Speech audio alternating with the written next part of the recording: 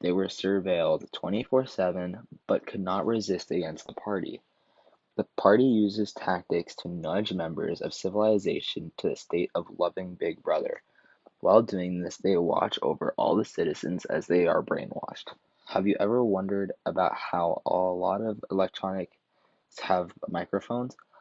With these microphones, the government could be listening to any conversation you have.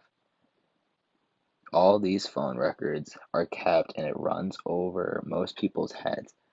This is why the USA Patriot Act was for the worse, but this was also for the better and the safety of our country. This brings up the debate to whether or not we should have the USA Patriot Act.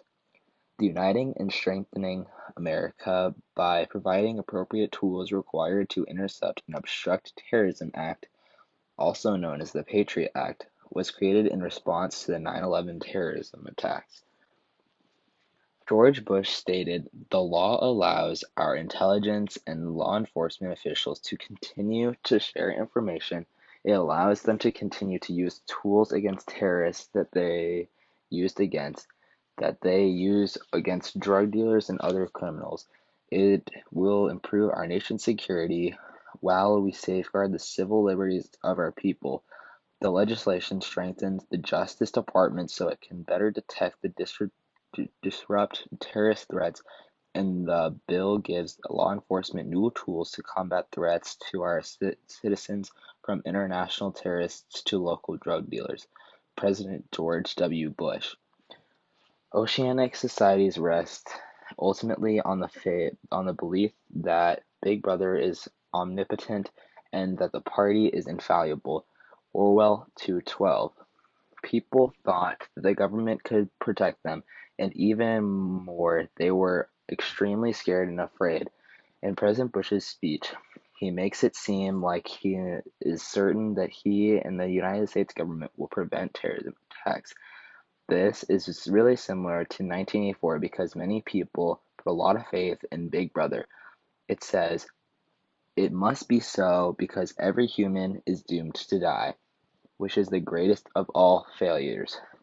But if he make complete, utter submission, if he can escape from his identity, if he can merge himself in the party so that he is the party, then he is all powerful and immortal. Orwell 264. In 2011, Obama renewed the Patriot Act for 4 years.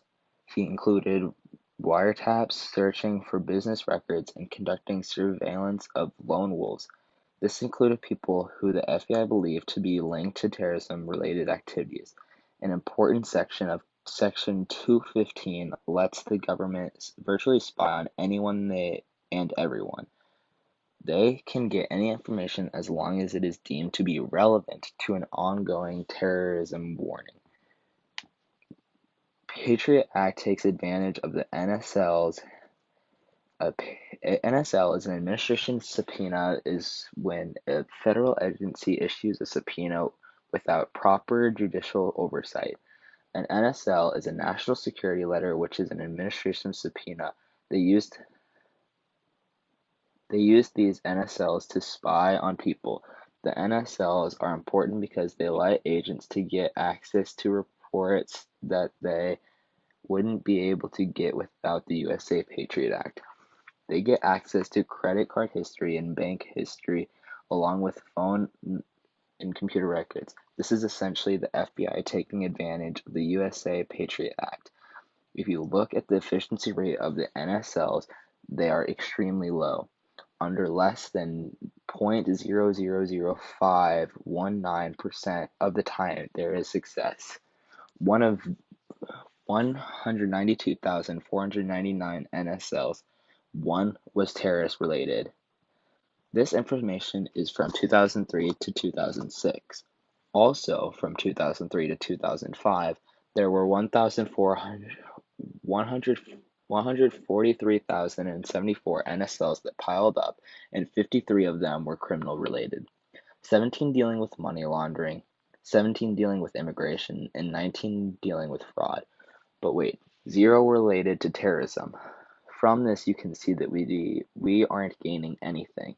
In fact, all we lose is our privacy. Sneak peek and sneak peek searches are another part of the USA Patriot Act. This means the government could break into people's homes and take evidence and not tell them until later. They could seize photographs, physical evidence, and electronics.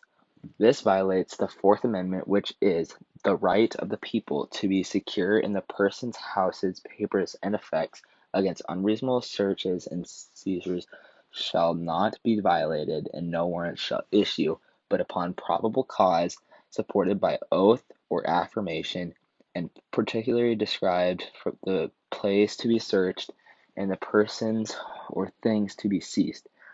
For example, the warrant could only say that the police could search a certain part of the property, but a sneak and peek search could mean that the person's entire property would be searched unlawfully. There were 3,970 sneak peeks in 2010.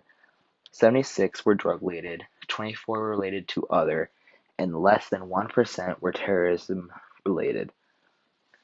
This shows that 1, they are unconstitutional. People are literally giving up their constitutional rights for a small chance at catching terrorists. 2, an invasion of privacy.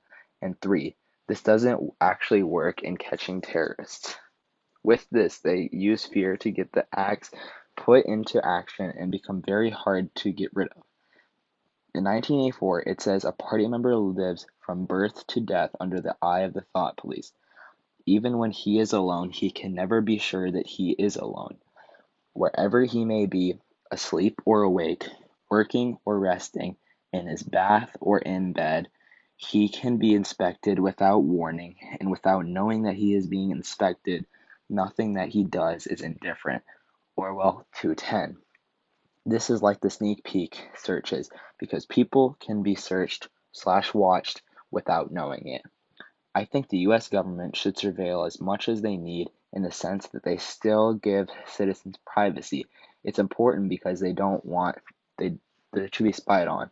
But on the other side of things, they don't want there to be another version of 9/11.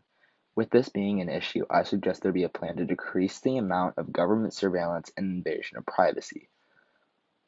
The government needs to have restrictions on what they can and cannot do. I think the government should have less NSLs because they are taking advantage of way too much. Wiretapping and looking into people's personal information is shown to be not useful. The sad truth is that the government will inevitably choose to do all these things anyway, just like in 1984.